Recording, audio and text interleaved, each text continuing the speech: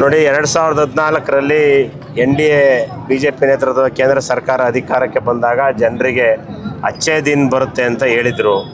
ಆದರೆ ಅವರು ಅಧಿಕಾರಕ್ಕೆ ಬಂದ 12 ವರ್ಷದಲ್ಲಿ ಅಚ್ಚೇ ದಿನ ಬೇಡ, ಮಾಮೂಲಿಯಾಗಿ ನಮ್ಮನ್ನು ಬದುಕಕ್ಕೆ ಬಿಟ್ಟರೆ ಸಾಕು ಅನ್ನೋವಂಥ ಪರಿಸ್ಥಿತಿ ಜನರಿಗೆ ಬಂದಿದೆ. ಹಾಗಾಗಿ ನಾವು ಇವತ್ತು ಕೇಂದ್ರ ಸರ್ಕಾರದ ಬೆಲೆ ಏರಿಕೆ ವಿರುದ್ಧ ಚಿಕ್ಕಮಗಳೂರಿನ ನಮ್ಮ ಚಿಕ್ಕಮಗಳೂರು ಬ್ಲಾಕು ಮತ್ತು ಸಕರಪಟ್ಟಣ ಬ್ಲಾಕಿಂದ ಈ ಒಂದು ಪ್ರತಿಭಟನೆಯನ್ನು ಹಮ್ಮಿಕೊಂಡಿದ್ದೀವಿ.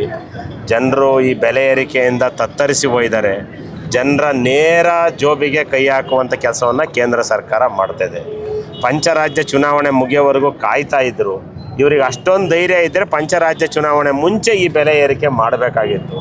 ಆದರೆ ಪಂಚರಾಜ್ಯ ಚುನಾವಣೆ ಮುಗಿದ ತಕ್ಷಣ ಬೆಲೆ ಏರಿಕೆನ 1 ತಿಂಗಳಲ್ಲಿ 4 ಬಾರಿ ಪೆಟ್ರೋಲ್ ಡೀಸೆಲ್ ಬೆಲೆ ಏರಿಸ್ತಾರೆ, 1 ತಿಂಗಳಲ್ಲಿ 2 ಬಾರಿ ಕಮರ್ಷಿಯಲ್ ಸಿಲಿಂಡರ್ ಬೆಲೆ ಏರಿಸ್ತಾರೆ, 2 ಬಾರಿ ಡೊಮೆಸ್ಟಿಕ್ ಗೃಹ ಬಳಕೆಯ ಸಿಲಿಂಡ್ರನ್ನ ಏರಿಸ್ತಾರೆ.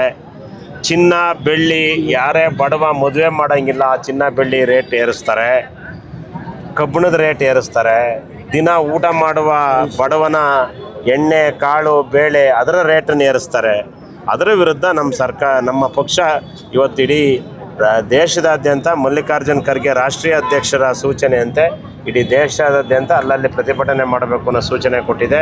ಹಾಗಾಗಿ ಬಹುಶಃ ನಮ್ಮ ನೆಚ್ಚಿನ ನಿಕಟಪೂರ್ವ ಮುಖ್ಯಮಂತ್ರಿ ಸನ್ಮಾನ್ಯ ಸಿದ್ದರಾಮಯ್ಯನವರು, ಈಗಿನ ಮುಖ್ಯಮಂತ್ರಿ DK ಶಿವಕುಮಾರ್ ಅವರು ಬಡವರ ಬದುಕಿಗಾಗಿ, ಹೆಣ್ಣು ಮಕ್ಕಳ ಒಂದು ಬದುಕಿಗಾಗಿ 5 ಯೋಜನೆಗಳನ್ನು, ಏನು ಗೃಹಲಕ್ಷ್ಮಿ, ಗೃಹಜ್ಯೋತಿ, ಅನ್ನಭಾಗ್ಯ, ಯುವ ನಿಧಿ, ಈ ರೀತಿಯ 5 ಶಕ್ತಿ ಯೋಜನೆ ಕೊಡದಿದ್ದರೆ ಇವತ್ತು ಖಂಡಿತ ನಮ್ಮ ರಾಜ್ಯದ ಸಾಮಾನ್ಯ ಜನರ ಬದುಕು ದುಸ್ಥಿರವಾಗ್ತಾಯಿತ್ತು.